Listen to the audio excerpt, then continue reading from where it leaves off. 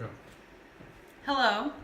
The death penalty can be defined as the punishment of execution administered to someone legally convicted of a capital crime. There have been over 1,400 executions in the United States since it was reestablished in 1976.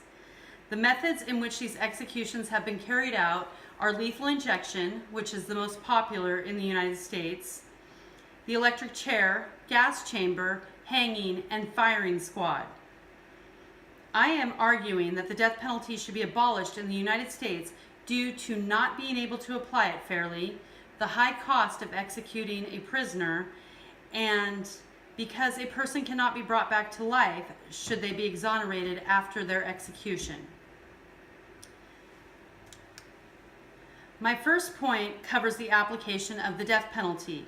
The ACLU website states that our nation's death rows have always held a disproportionately large population of African Americans relative to their percentage of the total population. The University of Maryland conducted a study where they found that black offenders who kill white victims are at a greater risk of a death sentence than others, primarily because they are substantially more likely to be charged by the state's attorney with a capital offense. In addition to the numerous studies, the Washington Post published an article which discussed an unusual execution of Mark Assay. The execution was unusual in two ways. First, the state used a previously unused drug to put Assay to death. And second, it was the first time that Florida had executed a white man for killing a black man since the death penalty was reintroduced in 1976. In that time, it's executed 20 black men whose victims have included white people, according to the data from the Death Penalty Information Center. To set out the most basic example of the death penalty not being applied fairly, we will look at Gary Ridgway. Gary Ridgway is a Caucasian male from Washington who is most famously known as the Green River Killer. He had at least 49 victims that he was convicted of and actually confessed to, and he was sentenced to life in prison. Could you go back a slide, please?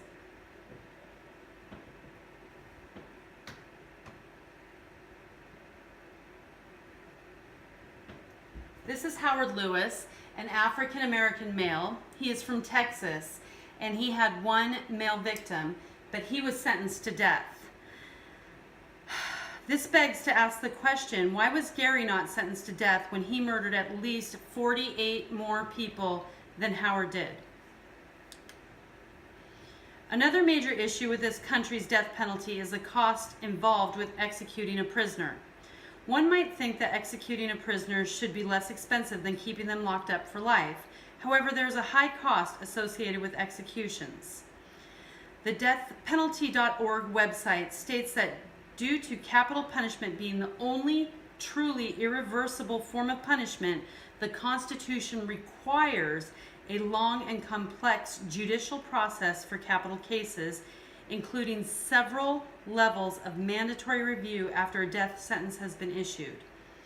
The appeals process can take decades to complete. That being said, the website also shares that studies of the California death penalty system, the largest in the United States, have revealed that a death sentence costs at least 18 times as much as a sentence of life without parole would cost.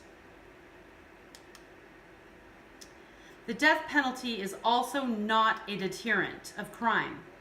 A study in 2008 concluded that after reviewing the research, 88% of the world's leading criminologists do not believe that the death penalty serves as a purpose for deterring crime, and a similar study was also conducted in 1996 and came to the same conclusion.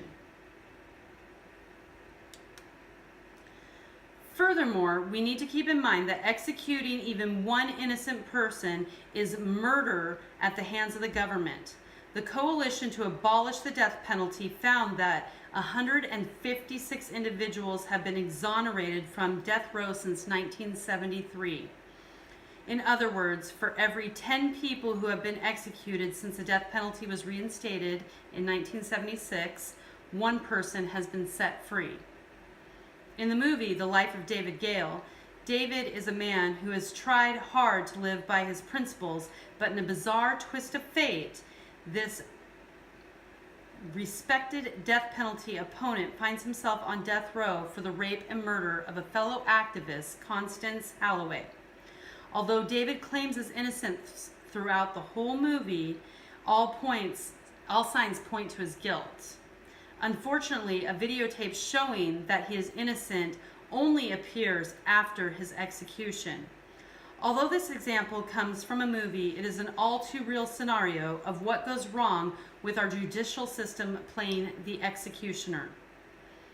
In short, I hope that I have drawn your attention to some of the reasons why the death penalty should be abolished in the United States, such as not being able to apply it fairly, the high cost of execution, and because a person cannot be brought back to life, should they be exonerated due to DNA or other circumstances. My aim is to encourage you to go further to research some of the studies that have been done in terms of capital punishment and to make a sound decision for yourself. This is a quote from Robert Heinlein. He's a famous sci-fi writer, and he says, "Under what circumstances is it moral for a group to do that which is not moral for a member of that group to do alone?" Thank you for your time.